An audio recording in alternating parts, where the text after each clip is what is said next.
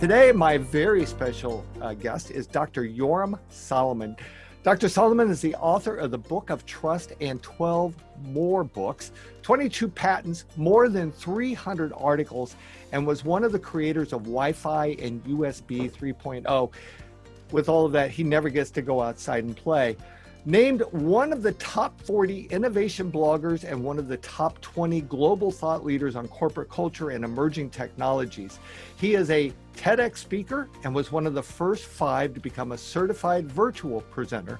Since the COVID-19 pandemic has started, he delivered more than 30 virtual presentations to audiences of between 25 and more than 2,000. I bet they're like little dots on the screen when you put that many in Zoom.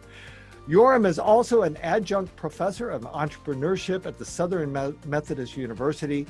His trustworthiness model includes the 8 laws of trust, the 6 components of trustworthiness, and he offers his customers a 7-step action plan that allows people and organizations to be more trusted and know who to trust. It is based on years of original research, years of service as an elected official and as an executive, and service as at the IDF 35th Airborne Brigade. Good morning, Yoram. How are you today? Well, when you started, it was morning. Right now, it looks like it's early afternoon. But good morning to you too, Ron.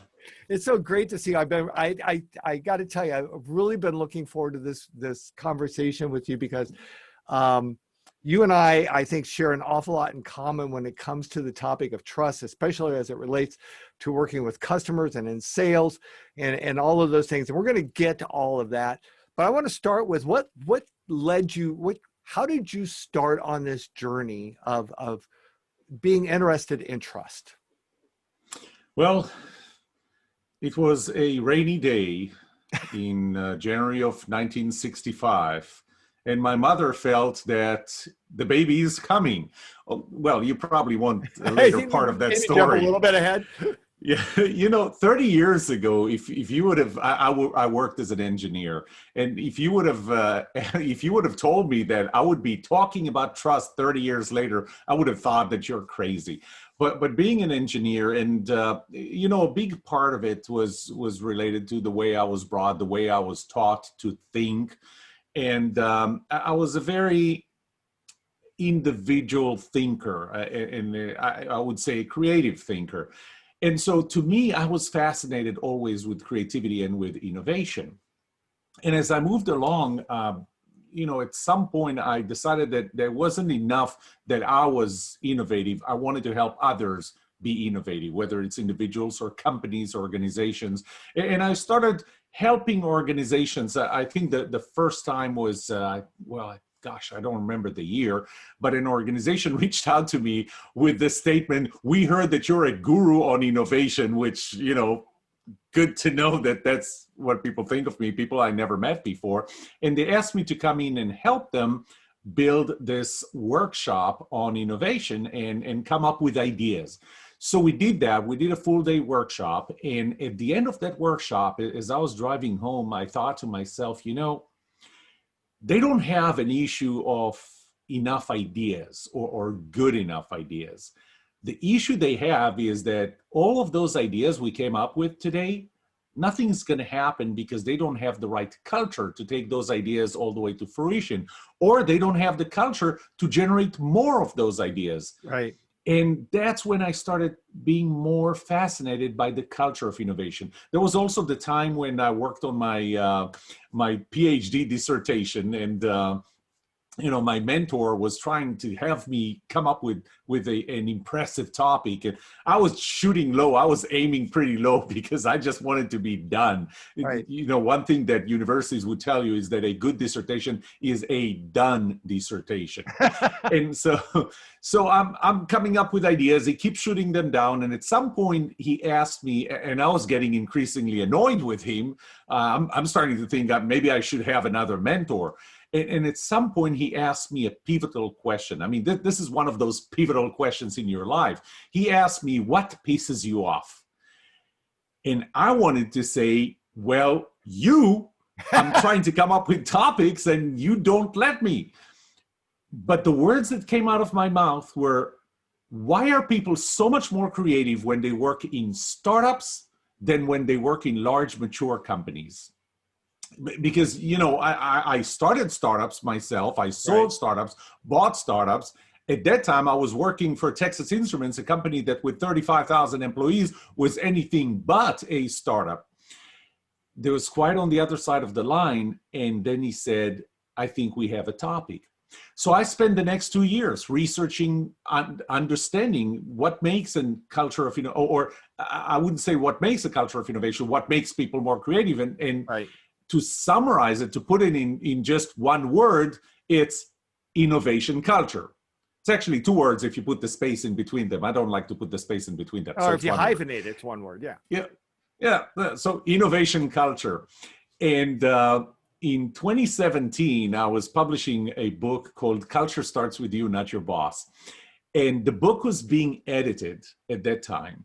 And as the book was edited, I was meeting with a client, and in 20 minutes of me trying to sell them on the importance of innovation culture, the elements of innovation culture, autonomy, accountability, the ability to hold a constructive disagreement, vulnerability, willingness to give feedback, direct feedback, and receptivity to feedback. As I'm trying to explain this to them, and I can see that this is just not going to work with them, what I realized was that what was missing there was trust. Trust was the foundation. And what I realized is that although working on innovation is important, it's like starting to build a building from the 2nd floor. Innovation culture is on the 1st floor. Trust is the foundation. And so the book came back from editing, and I wrote another 6-page chapter. This was the first time I talked about trust. A 6-page chapter that never got edited. So if you get this book, if there are typos in that chapter, that's because that chapter never got edited. I edited the chapter, sent it out, the book got printed. I talked to 20 of my closest friends and I asked them, in general, I've been leaning always or talking, speaking, working in the area of innovation. And now all of a sudden there's this trusting. What do you think? Should I stick with innovation or pivot to trust? 19 out of my 20 friends said, stick with innovation. But then I realized that they're leading me to their comfort zone, not mine. And I needed to get out of my comfort zone. And so 19 out of 20 said, stick with innovation. So I moved to trust and never went back. Well, and it's funny because as I've watched some of your videos and presentations and such, and listened to you at different times, you've made me realize, because I speak on customer experience, and you made me realize how much more creativity plays into business in general, innovation in general. I mean, if you, as an example for customer experience, I mean, if you want to keep delivering amazing customer experience that brings people back, then you have to be different than every other business out there. And the way you're different is to innovate an idea or create an idea that is so different that people just can't help themselves but be attracted to your business. And so that's something I'm learning from you. And I'm thinking, wow, it's all coming together. Now, in that innovation culture, I know you say it's actually made up of 3 different elements. It's made up, correct me if I'm wrong, because I told you before we started today, I am a student of Yoram for the past few days. So innovation culture it consists of autonomy, accountability, and constructive disagreement, correct? Which is a lot like brainstorming in a way. What you're talking about is giving people the opportunity to come up with ideas and to be accountable from the standpoint of is that they have the autonomy to come up with these ideas and then be accountable for, I guess, whether they pass or fail in that regard, but also be able to accept, is criticism the right word? Am I going the right way with that, or is it some other word? I refer to it as feedback, and it's interesting because just recently I incorporated feedback as part of it. And I told you that your ability to hold a constructive disagreement is, and here's an interesting part, by the way. I conducted a lot of surveys since I started working on that and refined it better. Right. One of the things that I found was I started asking people about their attitudes towards disagreement.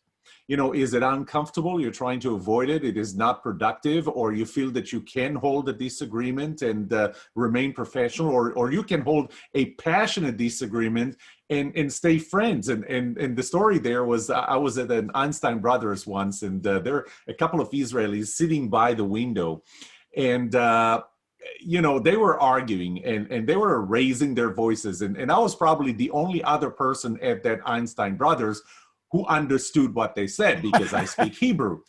And, you know, they're raising their voices and they're raising their voices and they're starting to use their outside voices. And people started moving away from them, creating some kind of a demilitarized zone around them. But I can hear this is not personal. This is completely professional. They're arguing over something that they're doing at work, and they have obviously opposite positions on it, but this was not personal, and it was amazing to me how so many Americans can't do that. And so I started breaking down what are the components of your ability to hold that kind of disagreement. The first part is your willingness to be vulnerable.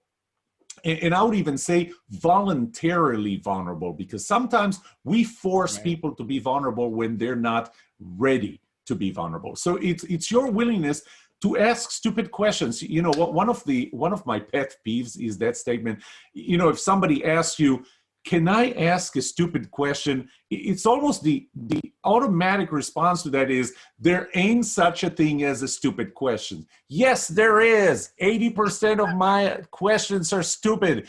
93.7% of my ideas are stupid. But the thing is that when you tell me that there is no such a thing, then, you know, you're glorifying a stupid idea, which you shouldn't. And I should be willing to be vulnerable to get your feedback.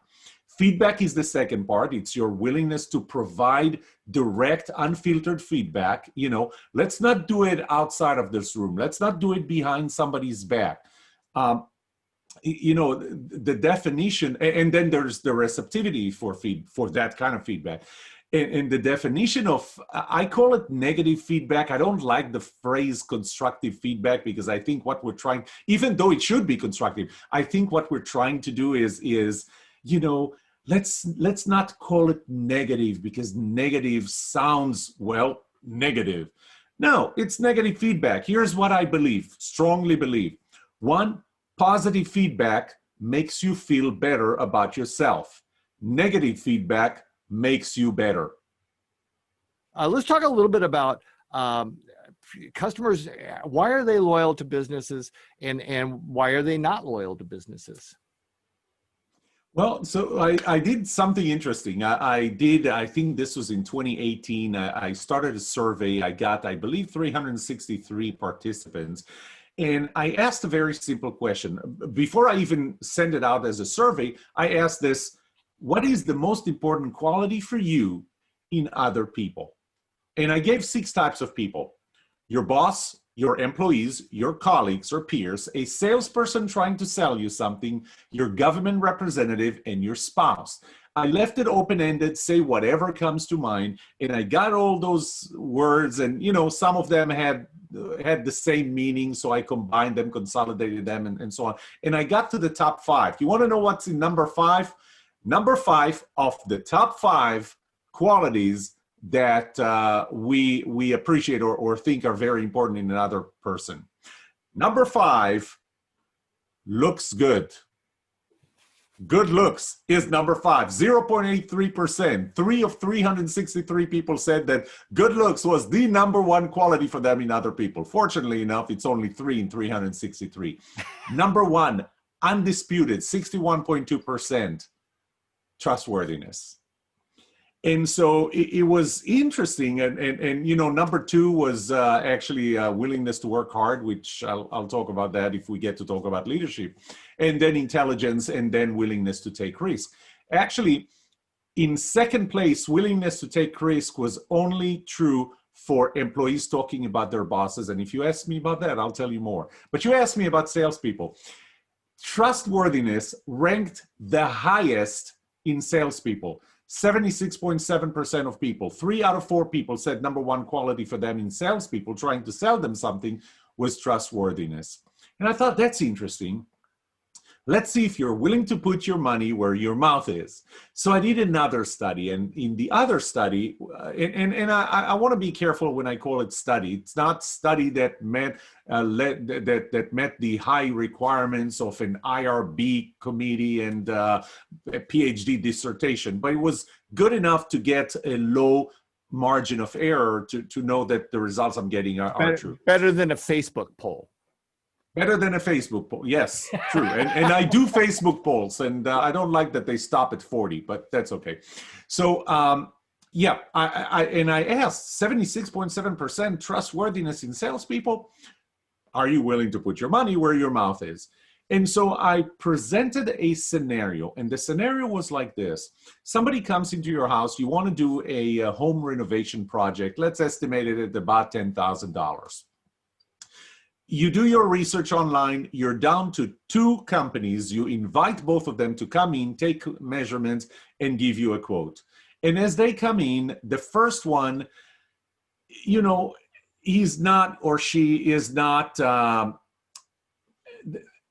they're not just trying to get the sale done. I mean, you can see that they care about you. This is the owner of the business. They have very good reviews. They've been in business for 20 years. And they start doing the measurements, and you want to do something, and they go, you know what, I can do that for you. It's actually going to cost more money, but here's something we can do that I think would look better. I think you would think it looks better, and it's actually going to be cheaper. I can do what you want. In 20 minutes of that description, they establish themselves as trustworthy. Right. The second person comes in and just boom, boom, boom. You know, I'm in it for the sale. I want to get my commission, and I'm out of here. 3 months ago, I was selling used cars. 2 months from now, I will be selling used cars. You know what I mean? And so establish themselves as not so trustworthy. And then I asked a simple question. They both submitted their quotes. Both quotes are for exactly the same price, $10,000. Which one would you take? 100% the trustworthy one, not 99%, not 99.5%, 100% would take the trustworthy one. Okay, that makes sense. What if the trustworthy person asks for a 10% higher price? Now we're at 11,000 versus 10,000. 100%. 100% of people would pay 10% more. How about 20%? Well, now we're starting to decline. We were at 54%, a 20% higher price, and we were, I believe, at 21% of people at 50% higher price, 15,000 versus 10. I still had 21% willing to pay. Well, those are probably 21% of people, the 21% to whom 15,000 is not a big deal, because that's part of, that plays a role there. However, then I had a large group, a very large group, even at 50%, who said, it's still going to be one of them. And only a smaller group said, at 50% higher, I'm not buying from the trustworthy one, and I'm not buying from the untrustworthy one either. So I'm just not going to do it. Once I put this all into a formula, the number that I got is that statement that you told me about before. If you're a trustworthy salesperson selling against an untrustworthy salesperson, right, just to be on the break-even point, you can raise your prices 29.6% and you still get the deal. It looks worse, by the way, from the other direction. If you don't care about your salespeople being trustworthy, just know that to stay in the game, you have to discount your prices 22.8% against somebody else, another company, another salesperson who is trustworthy. There's significant money involved in this.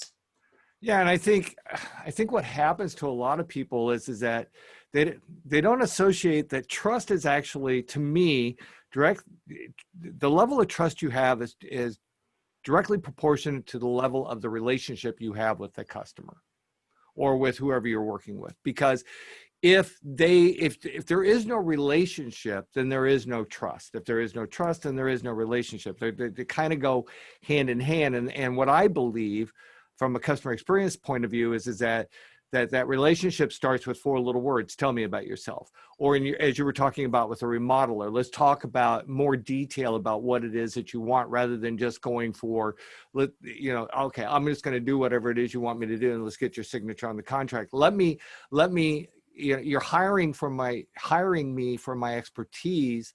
Allow me to demonstrate a little of that expertise by giving you some ideas that I think that are actually going to make your life better, rather than being something that's just going to pretty much keep it the same. But you know what? I got the check. So that's all that really matters.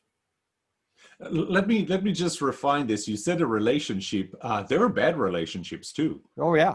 It's really a matter of how you define the word relationship. And a relationship is we know each other and we're interacting with one another. Therefore, we're in a relationship. Well, then there are bad relationships as well. So to me, trust, and this is the model that I built. And I think if you looked at the book, you saw, or I sometimes I bring it up, I flash it up there as one of the, I wonder if I have it yes, behind me. What you see behind me, that's the mathematical model for trust.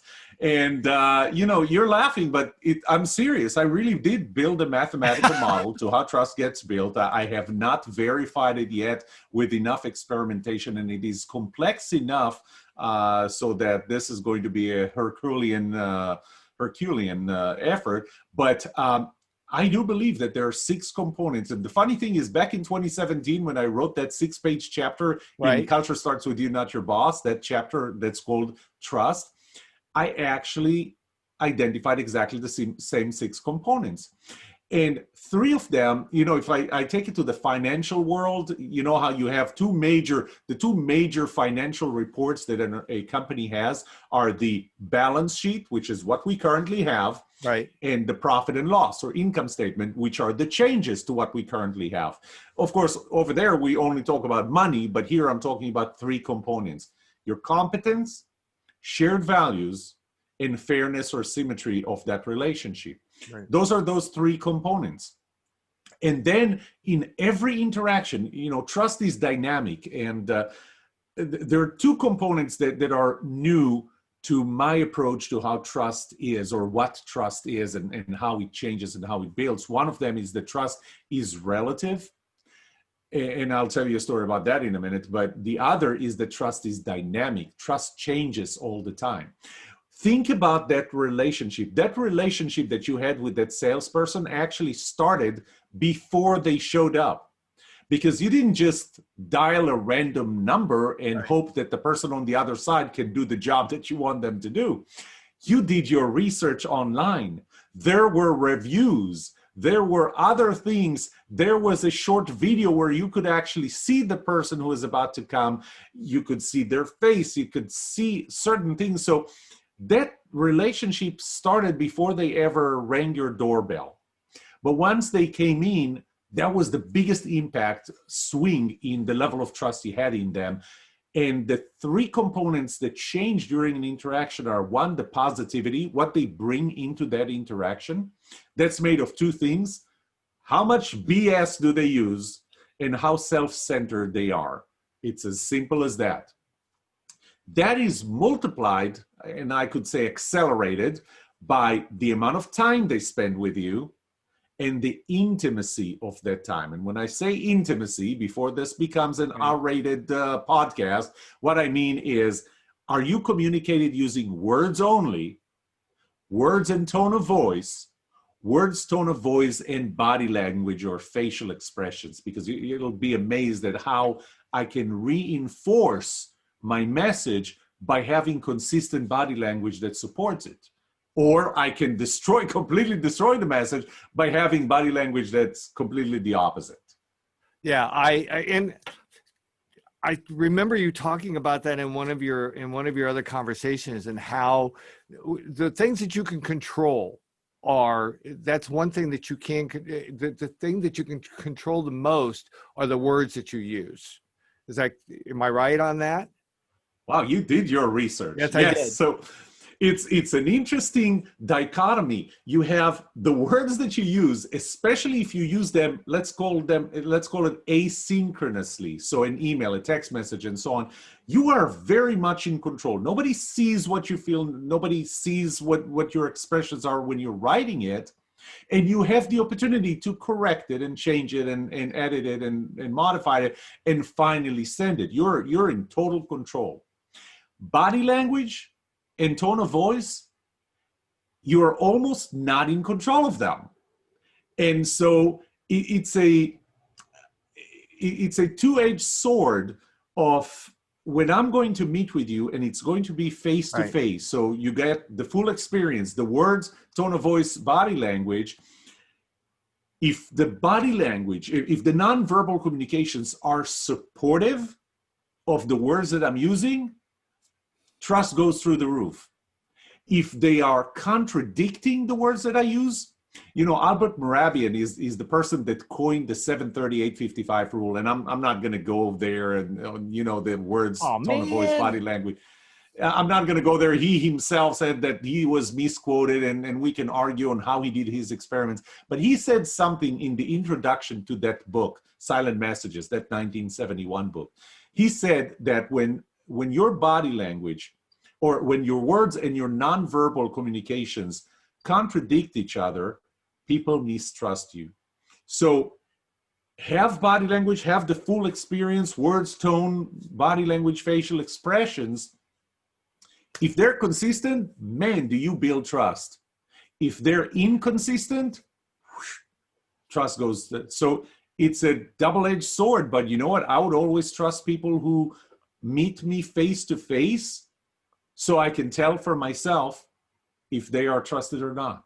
That's why I always encourage whenever possible, if you can. I mean, it's nice for an inquiry rather than trying to sell over the phone. If you can do something like this, or better yet, if you can do it in person, obviously in today's world, that's a little bit more challenging. But at least in this way, we have, you and I have an opportunity to look at each other, and you could probably tell from my facial expressions that I'm into what you're talking about, which tells you that, okay, then that I'm following down this right path. Same thing's true with a customer. If I can look at a customer's face, I know whether am I making contact here, or are they just, what do I need to do to adjust in order to reach them better? Let's talk a little bit about the 8 laws of trust. Now, I thought there was only 7. I just learned today there is now 8. So somewhere along the line, we added a new law of trust. So could you run through those real quick and what they mean? I have no idea. Yeah, so in my book, the book of trust, my latest book, what I focused on several areas. One of them is, how does trust behave? I look at trust as a thing, and that thing has behaviors. And I started categorizing them. And, that 8th law was always there. It was just, I never referred to it as a law. I just said, my model is dynamic, until at some point I said, well, let's just call it a law. Trust is dynamic. It's not that the model is dynamic. Trust is dynamic. And I mentioned that just a few minutes ago. But the first one, for example, is that trust is continuous.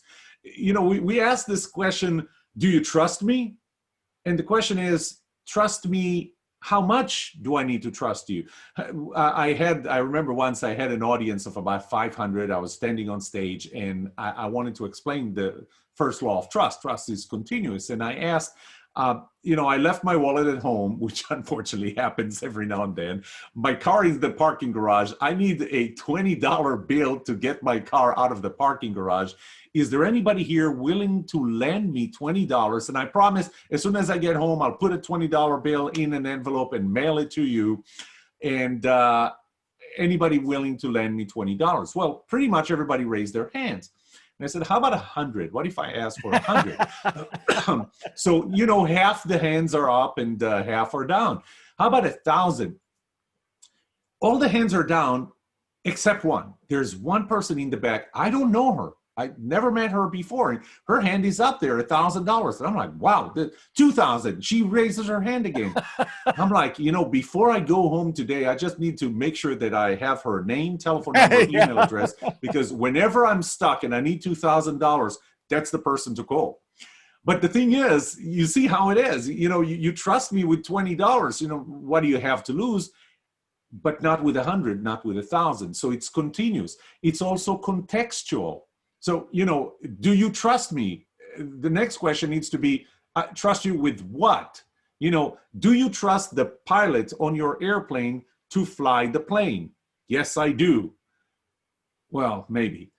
Yes, I do. I trust the pilot to fly the plane. Do I trust them to operate on me in an operating room? Not so much. So it's contextual. Trust is relative. And this is important. You mentioned that I teach in the college. Actually, it's in a graduate school. And in that course, I remember once I looked at my daughters. Both my daughters are in college. One of them is about to graduate from college. And before they take a class, they go to a website called Rate My Professors. Uh-oh. So I'm like, so students just post ratings and so on? They said, yes. I said, do I have a page like this? And they said, let's check. So we check out Southern Methodist University, Yoram Solomon. Yes, I have a page. And I'm starting to look at there. And the first one I see is I get a 5 out of 5. This professor is awesome. Take his classes. He shares his experience and so on. And do you think I'm telling you this to brag? Well, actually, yeah, that's the number one reason. But the second reason is, do you think that I'm telling you this to recruit students to my class? Actually, that would be the second reason. But the third reason is because I want to tell you about another review that I got. And the other review was I got a 1 out of 5. Uh-oh. And it starts with AW, but instead of awesome, they said that I'm awful. So, I'm arrogant and condescending, and I'm not using peer-reviewed material and so on and so forth. Here's the crazy thing. You look at the dates when those were posted and the course that those students attended, because they're anonymous, so I can't tell who the students are. Those two students sat at the same classroom at the same time, watching the same person give the same thing, and got such different reviews, because trust is relative. It is relative to every single relationship. You and I, Ron, have one relationship, and it's different than the relationship that I have with other people and that you have with other people. Trust is asymmetrical. We like to say that trust is a two-way street. It is a two-way street, but it's not symmetrical. Do you think that if you trust the pilot who flies your plane, they need to trust you to fly that plane? No, it's asymmetrical. Trust is transferable. If you trust me and I tell you that this other person is trustworthy, you may not trust them as much as you trust me or as much as I trust them, but more than nothing, it's transferable. One of the questions I ask is, did your parents, when you were a kid, did they tell you never enter a car with a stranger? Right? Right. They did. Yet you do. You enter an Uber. You don't know anything about that driver. Why do you do that? Because of the 973 reviews of other people who you trust. Trust is reciprocal. And that's one of the most powerful things, because we like to think of it in one direction. If I'm trustworthy, you will trust me, right? That's the relationship. It's actually completely reciprocal. If you trust me and you show me that you trust me, I will behave in a trustworthy way to justify it, because otherwise my brain is going to have cognitive dissonance. Trust is dynamic. I already mentioned that. It changes through interactions. It's actually dropping between interactions as a defense mechanism. And finally, trust is two-sided. For you to trust me, you need to have trustability, willingness to trust other people, and I have to be trustworthy. I can't do anything about your willingness to trust other people, your trustability. I can only work, but I can do everything about my own trustworthiness, which is why the focus of my model is how does a person become more trusted? How do they become more trustworthy? Yeah, and it's funny, all 8 of those are extremely important, but for some reason, trust is reciprocal is the one that stands out the most to me, because I don't know, I feel like that is, to me, that's almost got it like the number one, because even in, again, customer experience is that it's not just about trust. It's about doing something special for people. If you do something, if I do something nice for you, okay, here's maybe a great example. Yoram, you have been posting videos like crazy No, I haven't. on how to make OBS work. And I've been watching all of those videos because I'm trying to learn this process. And you've been doing all these nice things and posting these videos. And I don't know when the opportunity is going to come about, but whenever the opportunity comes up where you say, hey, Ron, could you help me with this thing? I'm going to be right there for you, because again, it's reciprocal. You've done something for me. And the same thing is true with customers. Customers, if you do something nice for them, if you do something that's going to make a difference in their lives, let's put it that way, then they're going to be more likely to reciprocate, especially when it comes to that review process. They're not going to give you that one-star review like Yoram gets all the time, but they're going to give you more of the 5-star reviews, or they're going to say nicer things about you in those reviews, or they're going to tell their friends how wonderful you were. It's again, sharing that trust with others, so that people are going to be more likely to trust you as well. And it's a very delicate thing, because and Robert Cialdini, if you're familiar with his work on influence, sure. To him, one of his 6 pillars is reciprocity, and he talks about, you do good things happen to you. I actually did that with my daughters when they were babies. I kept pushing them to do good things. I think one of the biggest parts of it is the immediacy of that reciprocity. If you do something nice, but with a very clear, here's what I need back, and I need this back immediately, it's not as powerful as if you do something nice and you really don't expect anything in return. Right. And that's my students know that I keep telling them the course that I teach now, actually tomorrow is the second week of the new semester. And what I teach them is, I teach them how to build a business, how to start a business, how to write a business plan. One of the things that I tell them always is, our relationship does not end at the end of this course. I will always be happy to, keep using me as a sounding board, keep calling me if you want to start a business. I'm not asking anything in return. You can't be asking for something in return, because then it's not genuine. Then it's a transaction. I do something, you do something. So you have to, that my channel on YouTube is not monetized. So it's not like there are ads that come up when you watch my videos. That's fine. That's not doing it for anything. And it's not just the videos you post. I mean, I know I put comments in. I've reached out to you individually and said, hey, can you help me?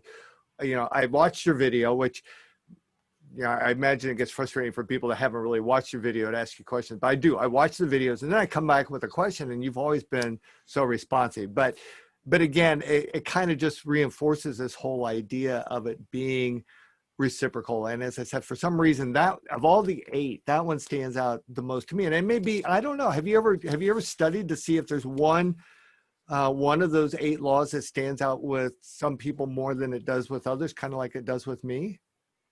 I think, first of all 8 of them are at play at any point in time. I think that you may see that their trust is reciprocal as something that's easy to talk about and so on. But if you think about every one of the others, same thing. I mean, they're all very, very powerful. Right. One interesting thing when you talked about doing things for other people, I just recently came across a study that was done in Canada in 2017. I think it was 3 professors, and they used the World Values Survey. So I think it's just worldvaluesurvey.org, and they collect values. They did their research for many, many years. They keep on doing surveys, very long surveys. I'm surprised how many people they get to answer those surveys. But one of their findings was that we became self-centered over time, and they took a period of 51 years between 1960 and 2011, in 78 countries, and they found that the level of self-centrism, both in practices and values, increased 12% on average. Now, you may think, well, 12% over 51 years, what's the big deal? When you isolate the English-speaking countries, I don't need to spell who those are to you, right? English-speaking countries, the number is not 12%, it's 60 to 69% increase in our self-centrism, how self-centered we are.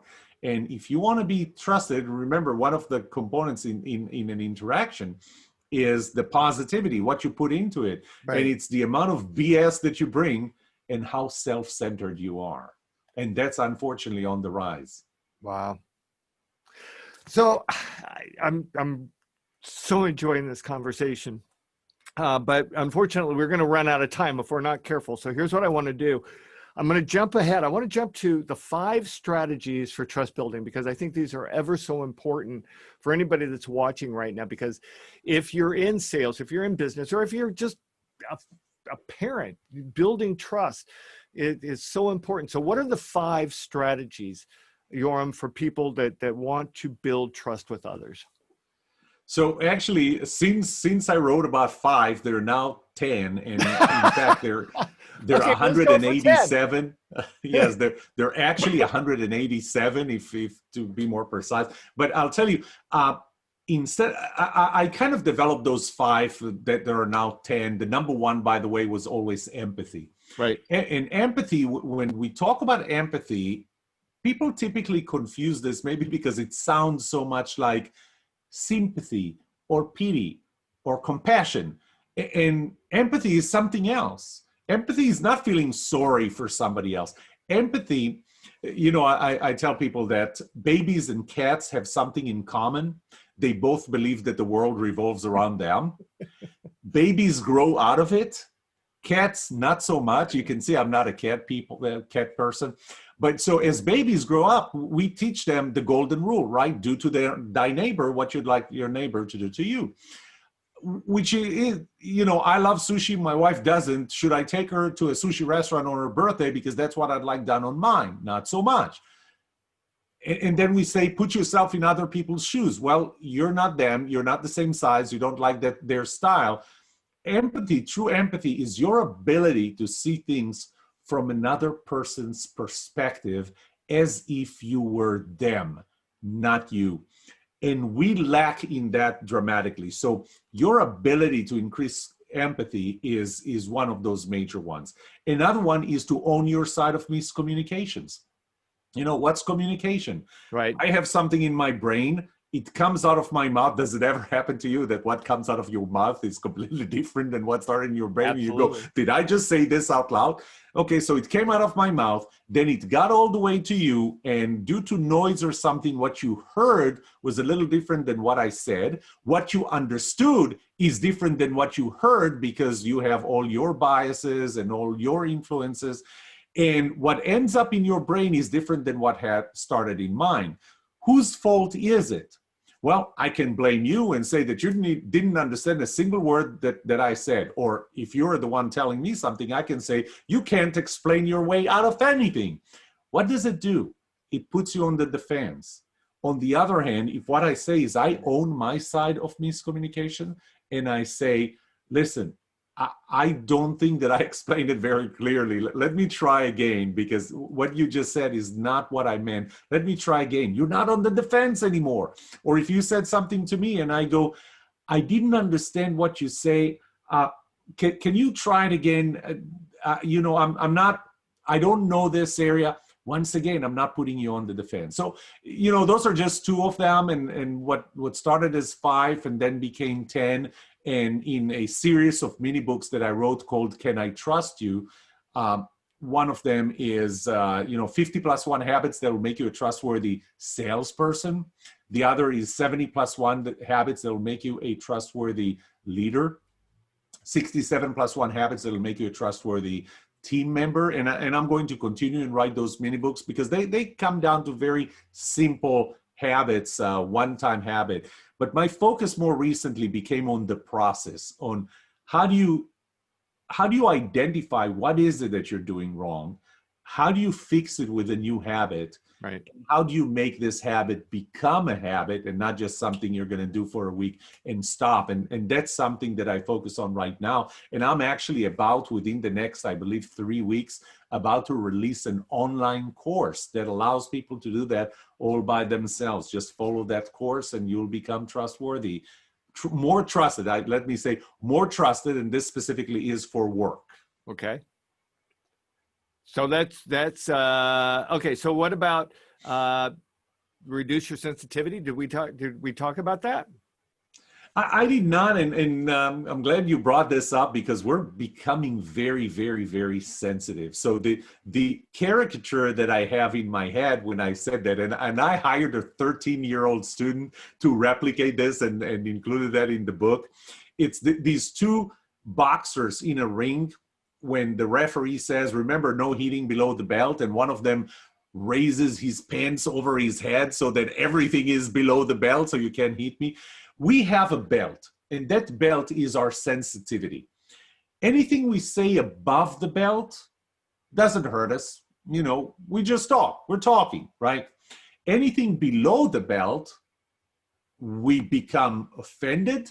We take it personal. We become emotional, irrational. And so if you, and this is kind of the final statement on that topic, what I tell people is, if somebody says something that hurts your feeling without the intention of doing so, it is 100% your decision to become offended, to take it personally, to become emotional and irrational with absolutely, but absolutely nothing to gain. Heck, even if they said something to you or did something to you with the intention of hurting your feelings, it is still 100% your decision to take it personally, become emotional, become irrational, still with absolutely nothing to gain. So lower your sensitivity, be less sensitive. It's going to help you take feedback. And remember one thing, good feedback makes you feel better about yourself. Negative feedback makes you better. But if you're too sensitive to it, you're not going to take it and you're not going to deploy it. The one last one I want to touch on one of my favorite quotes from your presentation is, fix the bad before working on the good. And I love that just because, yeah, I mean, it just makes sense. But I'm going to let you talk about that. Could you explain that a little bit more in detail for us? Yeah, so I'll give it to you the way I typically do that in a workshop or in a keynote. I show it, you're familiar with the Better Business Bureau, and I show a review of a company on the Better Business Bureau. That company with more than 100 reviews, barely over 1 star. By the way, 1 star being the absolute minimum, and barely over 1 star. And I ask people, would you trust this company enough to give them your email account password? And everybody goes, no, absolutely not. Okay, let's put this aside. Second company, would you buy a barely over 1 star, again, with almost 200 reviews?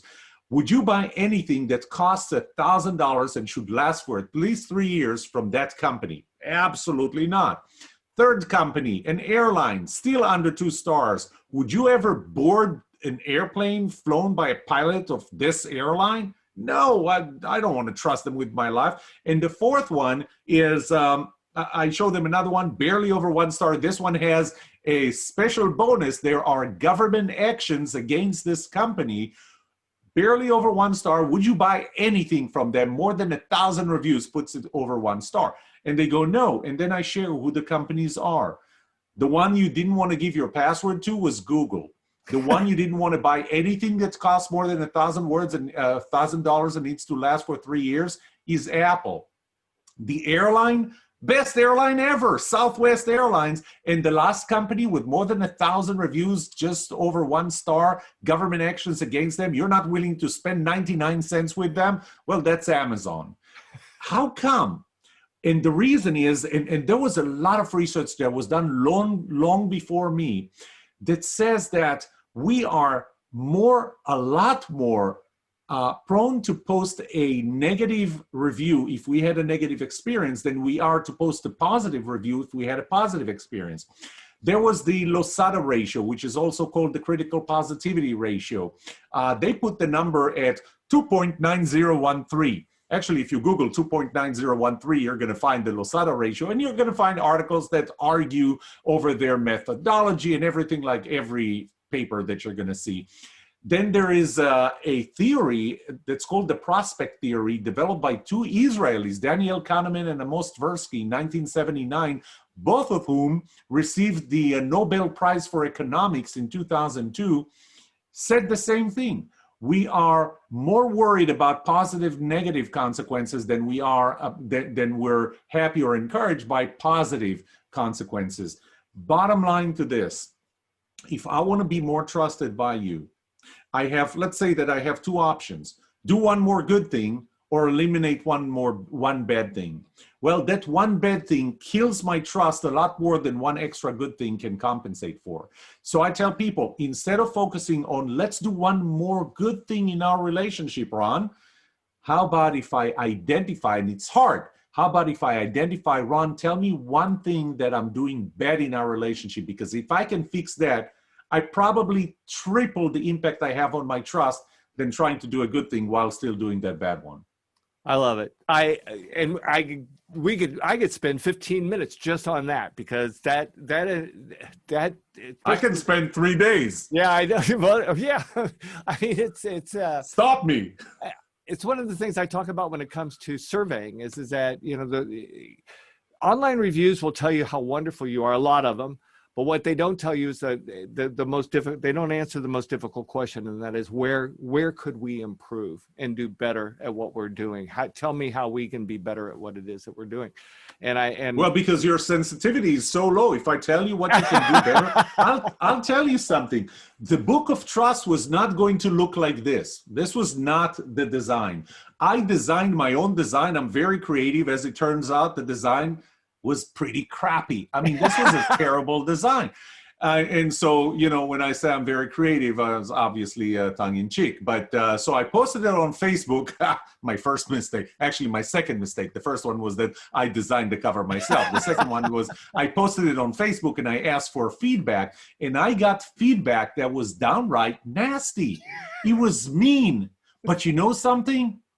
If you get above that, oh, this is offensive, this hurts my feelings, and now I take it personally, I become emotional and irrational. If I can get myself above it and say, you know what? But she's right. You know, bottom line is she's right. And another person that gave something that was really, really mean, and I thought, but he was right. And I hired someone who did the design, and then I modified their design, and all of a sudden I got this, which was like orders of magnitude better than my first, you know, ugly design. You have to be able to take that feedback to be better. But once you can, and you can improve, eliminating a bad thing has, I don't know if it's 3 times, but it is a lot more powerful than focusing on, let's do one more good thing while I'm still doing that thing that's really, really bad and really kills my trustworthiness. Yoram, hold that book back up there for me, please. And tell people, how can they get that book? How can I get a copy of it? Well, it's easy. What you do is I'm going to send you a number for my account in the Cayman Islands. It costs $1,000. Well, no, I give you Amazon. My password. Where do you get I will give you my password. Yes, give me your password. Well, you can buy that through a company that has barely more than 1-star review called Amazon. It's on Amazon. It's available. By the way, make sure that you get the second edition. The second edition came out actually earlier this month. The second edition came out, no, last month. It came out last month. And that second edition already has the 8th Law of Trust and a few other editions. The main reason why I got that book out, the second edition out, the same year that the first edition came out, the person who wrote the foreword to that book, Sam Johnson. Sam Johnson was a fighter pilot, U.S. Air Force fighter pilot during the Korean and Vietnam Wars. He was shot down in Vietnam flying an F-4, spent 7 years in the Hanoi Hilton and was tortured for 7 years until he was released, served as a congressman, a U.S. congressman for 27 years. Wow. And since the time I gave him the copies of the first book with his foreword to that book, he passed away a few months ago. And so I dedicated the book to him. The second edition is dedicated to him. But you can find it on Amazon. You can go to my website, yoramsolomon.com, or alternatively, thebookoftrust.com. In our store, if what you need is not just one copy, but you need 100, you can get them at a special discount price. Or we even put bundles that Amazon would never put a bundle for, like the Book of Trust and the 3 books, Can I Trust You, and so on. So, Yoram, if someone wanted to reach out to you to learn more, to ask you about speaking, coming to their group and speaking, or doing a virtual presentation, what would be the best way for them to contact you? If you know how to spell Yoram Solomon, you found me. YORAMSOLOMON. Then you will find me, because I have a website, yoramsolomon.com. You can find me on LinkedIn at Yoram Solomon. You can find me on Twitter on Yoram Solomon, on Instagram on Yoram Solomon, and on Facebook as Yoram Solomon. It's all there. Go to my website. In my website, you can actually see some videos from talks that I gave, workshops that I did, and what people think about them. I love your YouTube Again, page. Trust is transferable. Trust is transferable. Don't trust me that I'm good because you don't know me yet. Go and see the people who attended my workshops to whom I delivered them and see what they say. And as I'm saying, I love your YouTube page. There's tons of stuff there, and not only just. Oh, you can find me on YouTube at Yoram Solomon. Well, and that's actually, I mean, it's like, I could spend days just watching all the videos on your YouTube channel. And it looks like, and it's not just on trust. Again, you talk about, you have some technology stuff on there as well that people might find of value, especially if you're trying to use OBS. It's a great place to go. It's a great resource. Yoram, this has been awesome. And trust me, this has truly been an awesome conversation. I have so enjoyed it, and I wish we had more time. I can't tell you how much I appreciate you giving of your time to join me today. And for those of you that are watching, if you have questions for me, of course, you can reach out to me at ron@ronruth.com. I'm happy to be of assistance to anybody. Just reach out and let me know what I can do for you. So until next time, folks, thank you so much for joining in on this conversation. It's been a joy, and I will see you next time. See y'all later. Thank you, Ron. See ya.